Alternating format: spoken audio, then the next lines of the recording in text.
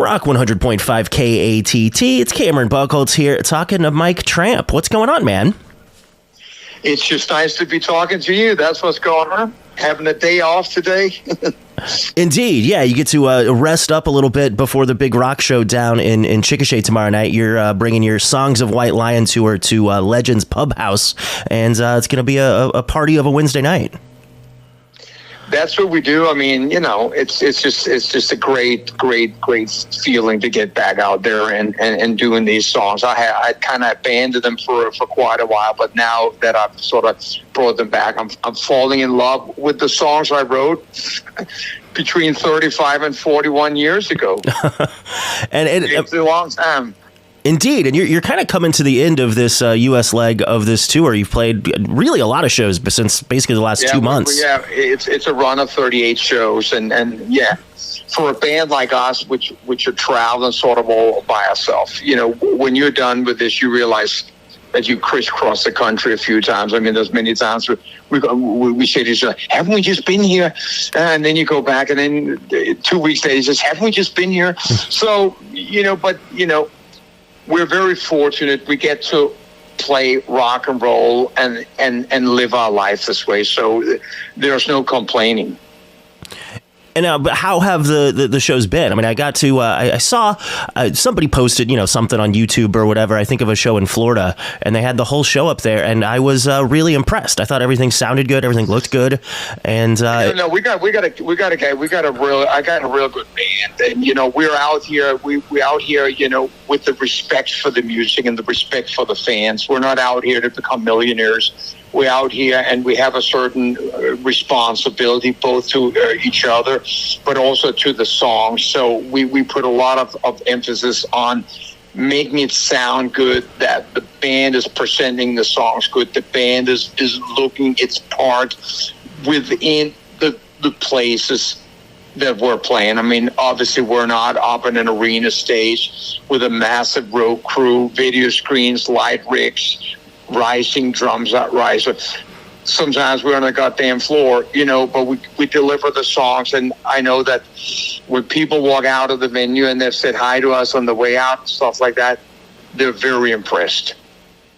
Awesome, man. And how long has it been since you've been on a tour of this sort of scale? Is that something you do have done that regularly, or is this kind of a new thing again?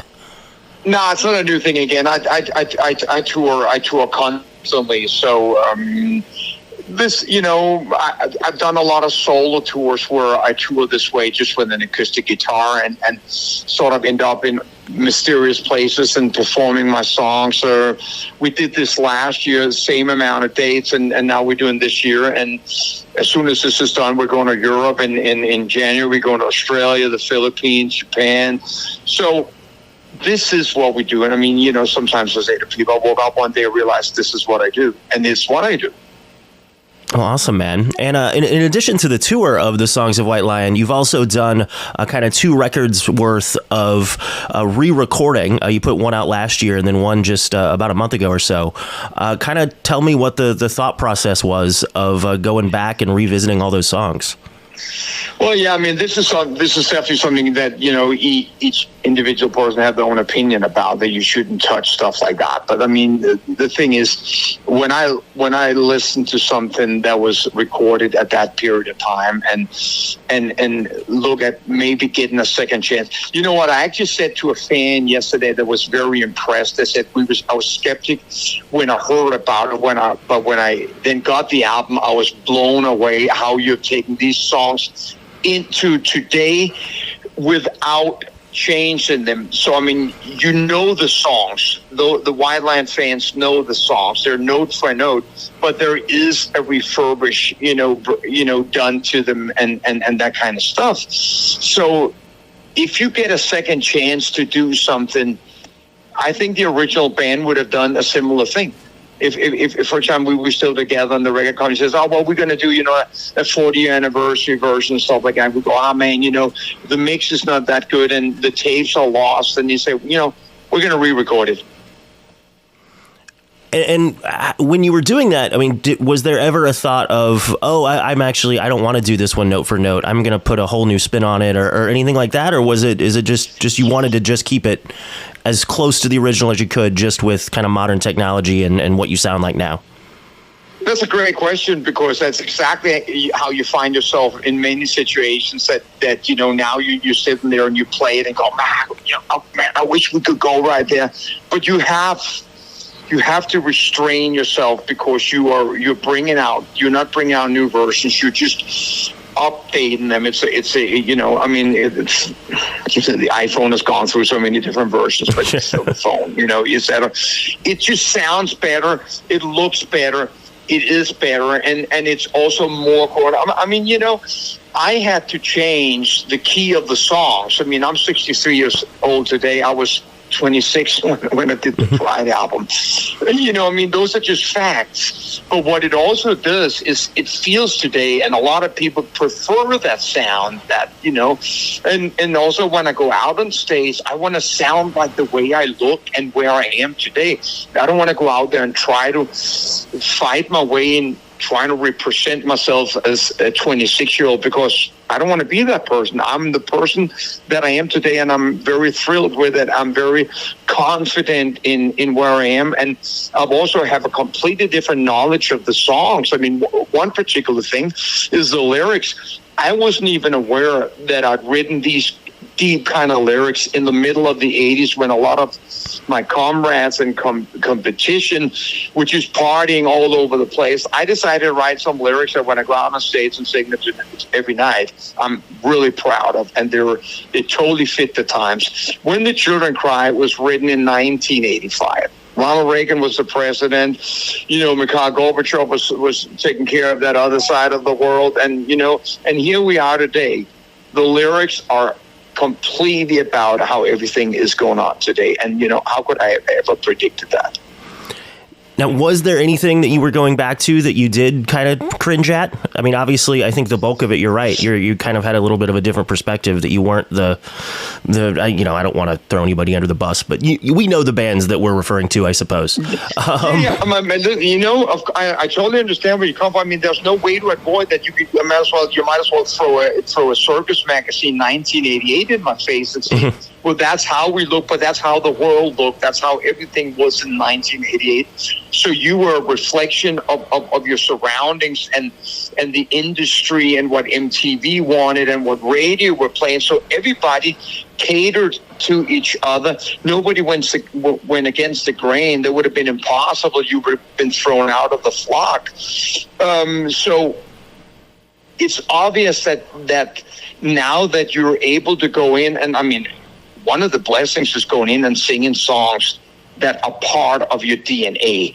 I mean, I don't go in and sing these songs with a lyric sheet. I can take these songs in so many different directions, because I know every single breath in those songs, and that is a fantastic place to be. And it made me realize of what a difficult situation it is to go in and sing a new song. I mean, I have 14 solo albums, and a lot of times I've never gotten a chance to even rehearse that song with the band I'm going into studio with, which means when I sing that song the first time, even though that I've obviously done a demo and so like, I still haven't explored that song to the max. You almost need to go out and tour on this album you want to record before you record it, so you have tested all the different ways you could. That is the difference between the Pride album and the Big Game album. The Pride album had been our live show for 2 years. The Big Game album, we wrote, Vito and I, within 2 weeks, and went into the studio. The band had never played the songs, even in rehearsal room. Gotcha. Yeah, I mean, that's, I'm a stand-up comedian, and that's always how comedians work is, you take your act out for a year or two or more before you ever even think about recording it. Well, I mean, yeah, of course. I mean, it's a test drive, how much does car manufacturers test the cars, ramming into walls, whatever, sure, whatever they do, but we're going out there.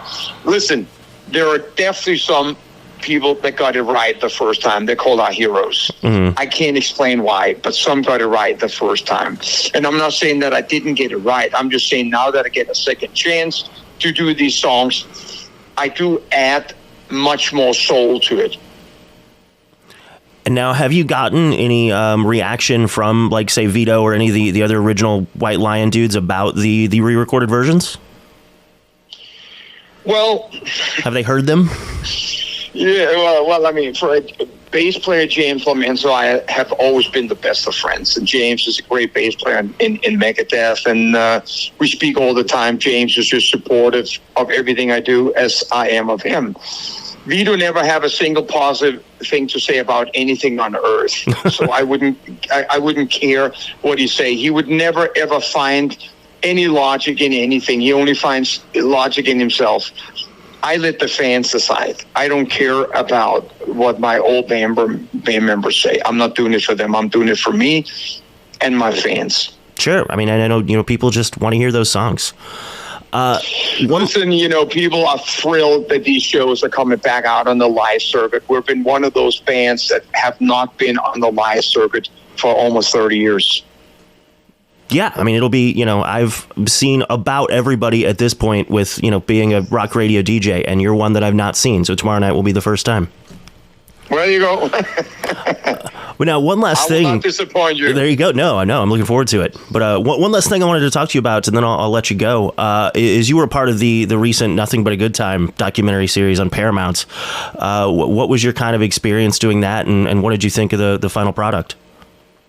Well, it's a great question. Fans comes up to the show every day and say, man, you really did a great part. I haven't seen it, but I can tell you this. I already knew sort of the concept around it. And when Jeff Tremaine asked me if I would be available, I said to him, most of what that title is and most of what that book is about is one side of the 80s. White Lion was very little of that side. White Lion was a very serious rock band in a basement in Brooklyn, New York.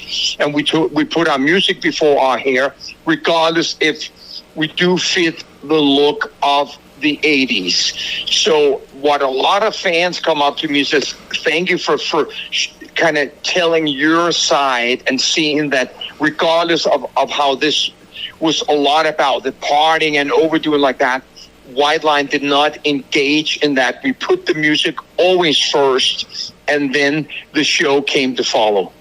So I know that I've left my own footprints of how I want to be heard, seen, and represented.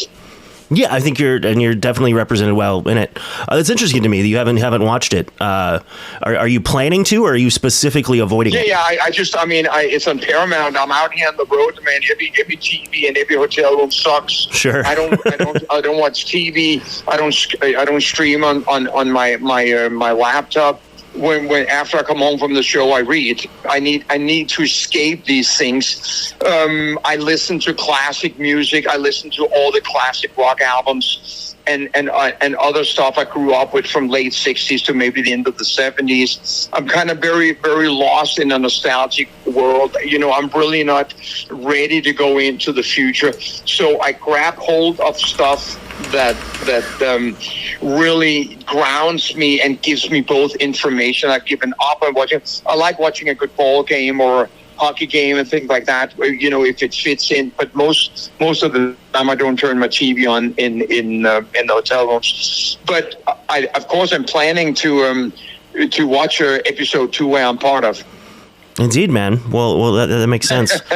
Well, the next time I talk to you, we'll have to get your thoughts on the product. But I very much appreciate you taking the time. And again, Mike Tramp, Songs of White Lion, tomorrow night at Legends Pub House down in Chickasha. And we'll just see you tomorrow night, man. We're looking forward to it. We're not going to disappoint the fans. We got a great band. We got a great set list. We're going to take the people through the soundtrack of their wild youth. Awesome, man. Looking forward to it. Thank you. You got it, brother.